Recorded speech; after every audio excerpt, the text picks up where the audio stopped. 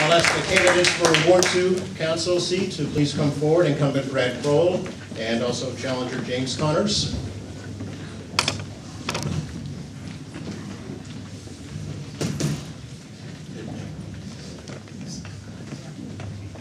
Please have a seat, gentlemen.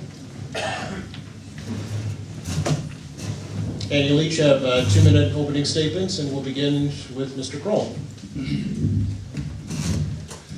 Good evening, everyone. I'd like to first begin by thanking the Adams National Historic Association as well as the Hospital Hill Neighborhood Association for collaborating and really giving not only myself but all the candidates a forum to engage with you.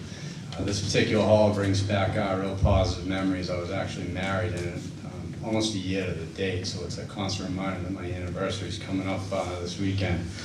And I say that because now I look 1 year later, and we just had a child, so proud parent of a new son, and that just speaks to change, and transition. And I feel that as a city councilor, operating in the city of Quincy, I feel like you need to be adaptable. You need to be a collaborator. And in my sense, I've always prided myself on being that common sense city councilor. And over the last 2 terms, I've really worked hard to engage with the public, to solicit ideas and to make everybody a part of the public process. And in doing so, we've been able to accomplish many progressive things in Ward 2, particularly as it relates to the park system.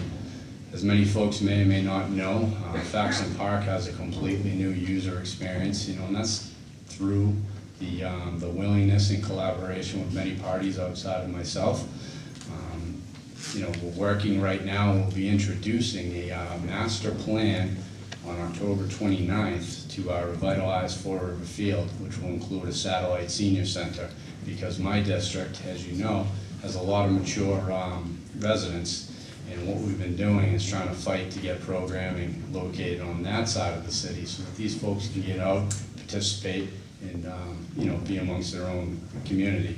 I've really taken a strong passion for this. I'm a lifelong resident of the city of Quincy, and I can assure you that the moment that I lack that passion, I will not be here before you asking for your vote. I do this, it's a labor of love, and it's something that I really enjoy day in and day out. So thank you again for the opportunity. Thank you, Mr. Croall. Mr. Connors, you have 2 minutes for an opening statement. Hello, everybody. My name is Jim Connors. I live in Quincy Point, and I'm a proud father of 4 children, 1 boy and 3 girls. My youngest daughter just graduated from Quincy High School, and she's attending Bridgewater. I also recently got some good news too. My son is going to make me a grandfather in April. And then we got another surprise. It's going to be twins. Nice. So it's very, I feel very blessed. I've worked for the city for 26 years. I'm a blue-collar worker, and I live in a blue-collar neighborhood. I was my local union president for 8 years, and I helped advocate for my fellow workers, and I negotiated 3 contracts with the city. I see some areas in our ward that are lacking, and I'd like to see some improvement on. I'm concerned with the senior citizens also, as Brad stated. I'm glad to see that we might be getting a facility for the seniors in our section of the city. That would be great. I'm concerned about the people that live in the Quincy Housing Authority buildings, and if they're getting treated properly. I have parents that are in their 80s, and they still live in their own home, and I'm very fortunate, and they're very fortunate. But I know some people aren't as lucky, and they move into these buildings, and they work hard all their life, and they should be treated with respect and dignity. And when they need repairs, they should be done, and when they need help and they ask for help, they should get it. I'm not sure if they're always being heard down there, but well, that's it. Thank you. 2 minutes goes by quick. Thank you, Mr. Connors. Question for both of you now. We'll begin with Mr. Croall, what is the most pressing issue that needs to be addressed in your ward? What actions do you, as the ward councilor, plan to take on this issue? 2 minutes, please. Thank you.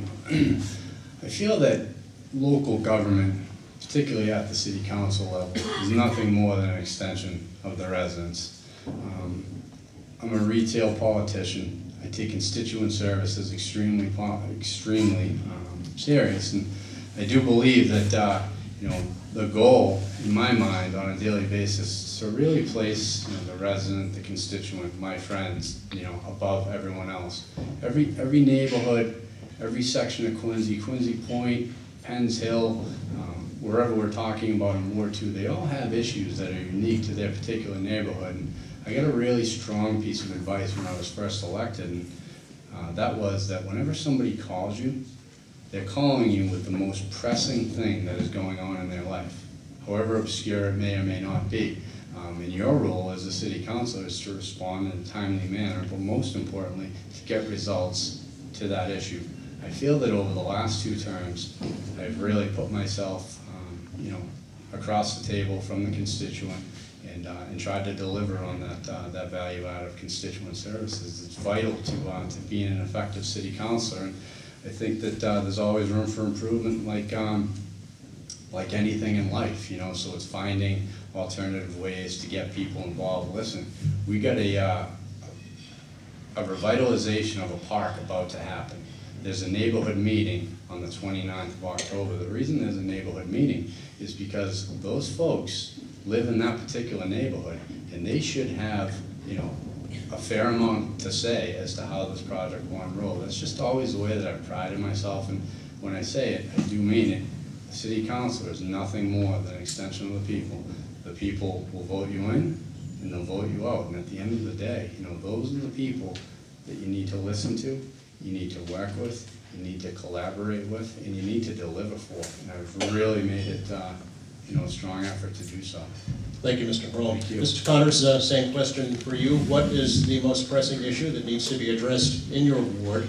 What actions do you, as the ward councilor, plan to take on this issue? 2 minutes, please. Well, I believe there's several issues.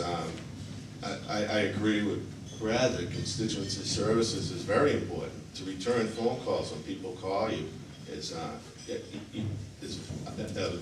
utmost importance. And I see drug addiction in our neighborhood. I see homeless people in our neighborhood. I see homeless people in the parks, sleeping in the parks. I see homeless people sleeping down by the beach on that Avalon Road area. These are things that have to be addressed. I mean, there's social issues, and they're not going to get solved overnight. But I think we have to change our approach to things. It can't be warehousing people and then throwing them out in the morning. We have to get some social programs going and to help these people reintegrate them back into society. If they're drug addicts, let's get them into treatment. If they're mentally ill, let's get them into a hospital. If they need social services, let's get them some social services. And the streets and sidewalks are a bugaboo for me. My street was promised to get done over 10 years ago. It's still not done over. It's like a roller coaster going down that street. And it's not the only street. I walked the whole ward. The only brand new street I saw in Ward 2 was Whitten Ave, down by behind St. Joe's Church. It has brand new street, brand new sidewalks. That's the only one I saw. And I walked the whole ward. But so those are things that concern me. And of course, our senior citizens concern me too. I want to make sure they're safe and that they're comfortable in their environment. And I think it's our duty to protect them. And I'm very grateful to be here tonight. And I hope you can consider me for a vote on November 3rd. Thank you. Thank you, gentlemen. Thank you both very much.